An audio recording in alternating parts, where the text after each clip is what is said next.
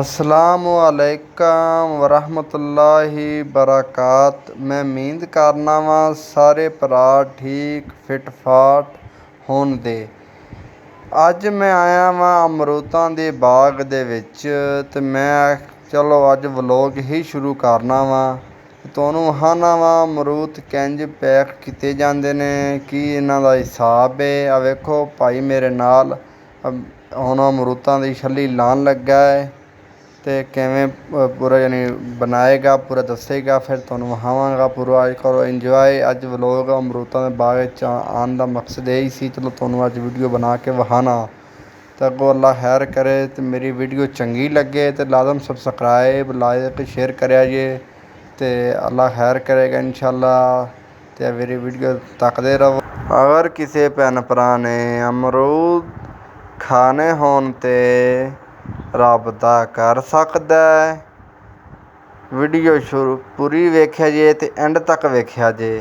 ਚਲੋ ਵੀਡੀਓ ਸ਼ੁਰੂ ਕਰਨੇ ਆ।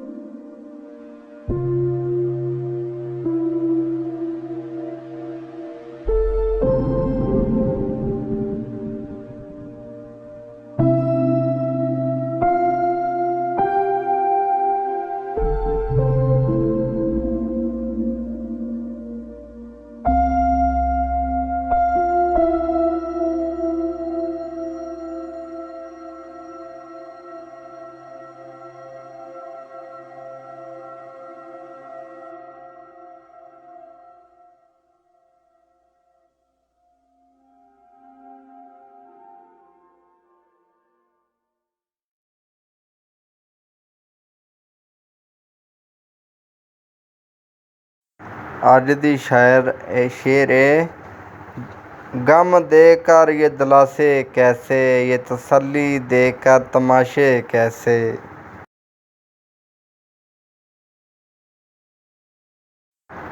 बरसों संवारते रहे किरदार को मगर कुछ लोग बाजी ले गए सूरत संवार कर।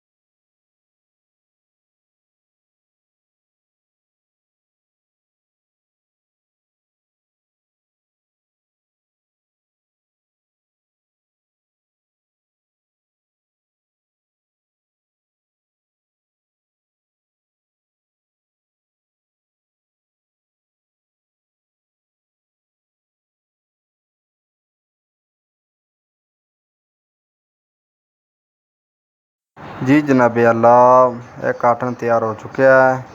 ਤੁਹਾਡੇ ਸਾਹਮਣੇ, ਤੁਹਾਡੀ ਨਜ਼ਰਾਂ ਸਾਹਮਣੇ ਤਿਆਰ ਕੀਤਾ ਗਿਆ ਹੈ।